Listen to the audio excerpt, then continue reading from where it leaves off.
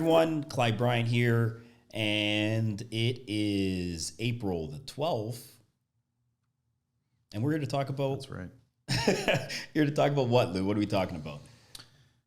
We're really not talking about anything, as it turns out, but I think that's what we all expected, right? Yeah, Bank of Canada announcement was this morning, and they came back and told us that no change.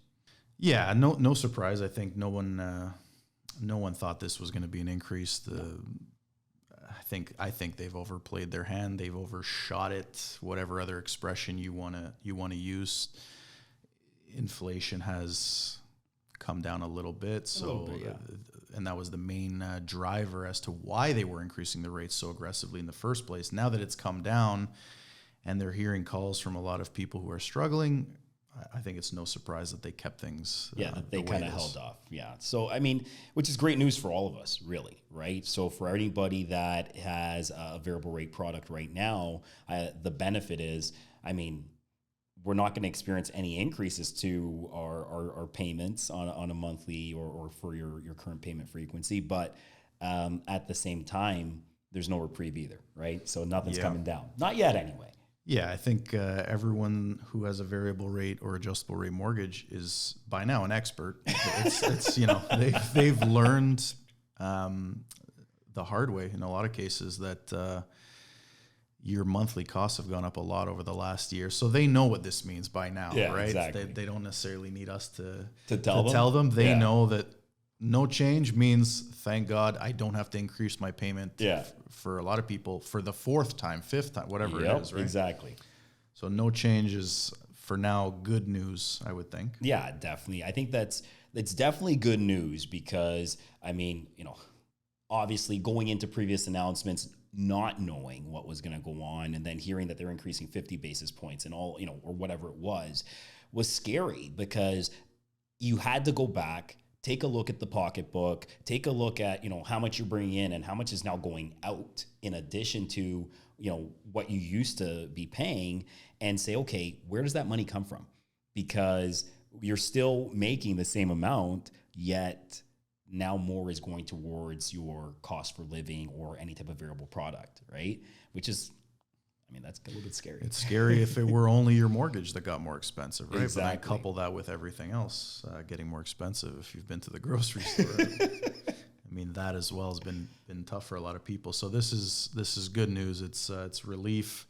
A lot of the people with adjustable rate mortgages are thankful they don't have to increase their payment again. Yep. Maybe I'll make note, though, people with variable rate mortgages who have a static payment. Mm-hmm. If that's you, look into what your amortization is if you haven't already done so, because you may be in for a rude awakening when your mortgage comes up for renewal. Yeah. You might be in for a huge payment shock. Or be asked to make a big lump sum. Or make a lump sum payment at that time. So just because you haven't had a call from your bank, I think it's important, if you're in a variable rate mortgage, look at your amortization. If you're longer than what you started with, you got to do something about that, right? Yeah. So I would look at increasing your payments, maybe calling your trusted mortgage professional to say, is this even the right product for me at this point? Because I don't even know what to do. Yeah, I think anybody that's in a variable still, which are still many people. Yep. But okay, don't. You're pot committed. Yeah, a little bit, right? Use a poker analogy. You're pot committed there, now, right? I've what do you do now, right? So it's kind of like, we obviously we're tied into so many different industry professionals, and people are kind of saying now, as we go through the summer months, we're gonna continue to go through the choppy water, but it's no longer the hurricane that we just went through. We're gonna go through the choppy water a little bit, but I'm gonna go out on a limb and say, generally, if we can make it to October, November without too much happening over the spring and summer months, people aren't going out there and blowing their brains, spending a bunch of money because all of a sudden, okay, we know how much things are going to cost, so now we're going to go and overspend and overstimulate the economy all over again. That can lead to, like they said today, they're not afraid to increase rates if they see that inflation doesn't hold, or worse, goes back up, right? Yeah, I would agree. I don't think there's going to, well, first of all, I think the worst is behind us, as you said, with the hurricane. I think things are going to stabilize a little bit here. I don't think you're going to have people going on a spending spree because this is like a kid in class who like now got their hand slapped. So if you were doing that, you learned a hard lesson this year. Yes. I mean, if you're still doing that, then listen, I don't know what to tell you, but most people have learned the hard lesson. So even if there's some stability, I don't think we're going to see people going out spending the way they were before. I'm even hearing some chatter about people considering variable rate mortgages again. Well, big discounts on the variable though, right? Bigger discounts, and people they're willing to take the risk. It's akin to gambling. Like you're banking on the fact that we're probably at the top for rate increases. If you can afford the payment that comes with a variable, some people are wanting to take that ride on the way down now, thinking that that's going to happen. So that's very different than any of the chatter that we had. 4 months ago. I mean, but that might be a slippery slope, right? Even if you're looking at what we said, like what prime -1 today, so that's going to give you 5.7. Yeah, right. Yeah. So you're sitting at a 5.7 on a 5-year variable, and I mean, if you know you can get like a 2-year, 3-year product, close to 5%, close to 5%, less than that. I mean, you're betting that with 0.8, roughly, let's say 0.8, 0.9%, that it's going to come down, and all of a sudden you're going to be a winner over the long term.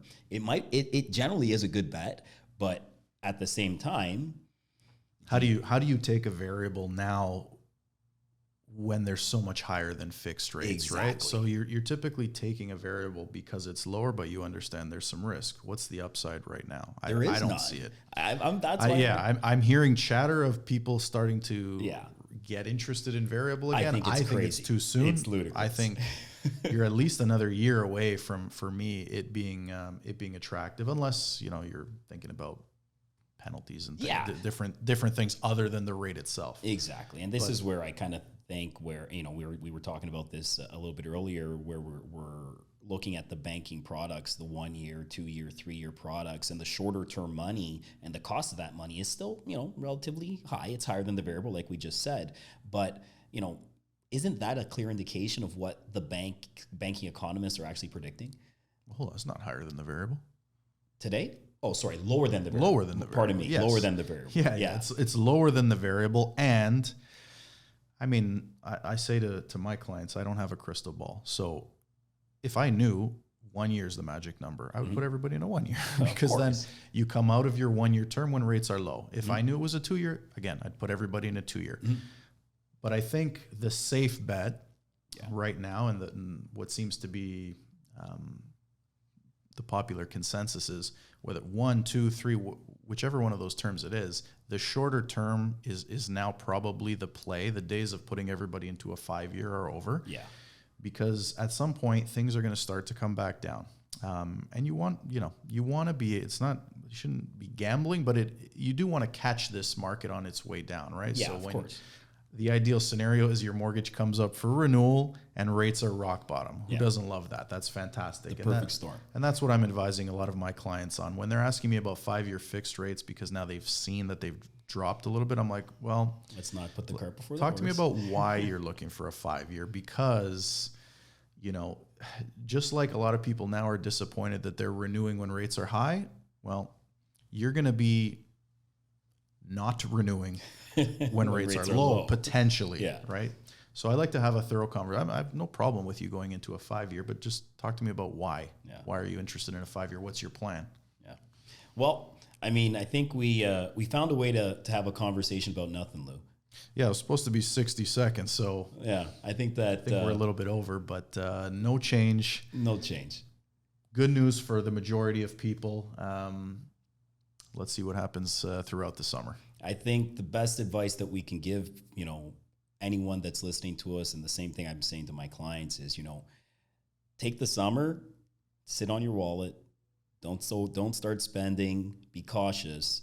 And let's get to the fall, and we hope to see a little bit of a retraction, maybe a drop, and that would be great news for everybody. So I think we're going to cut it here, but before we do, why don't you tell people where to find you, Lou? Where do they find you? IG? I'm not the best tech guy, not the most tech savvy guy. If this is going on Instagram, I am at 𝗕হি𝗱 MTG Mortgage is my handle. Evan, is that what they're called? Handles? So 𝗕희𝗱 MTG. Perfect. Thanks, everyone. Enjoy the day. Thank you.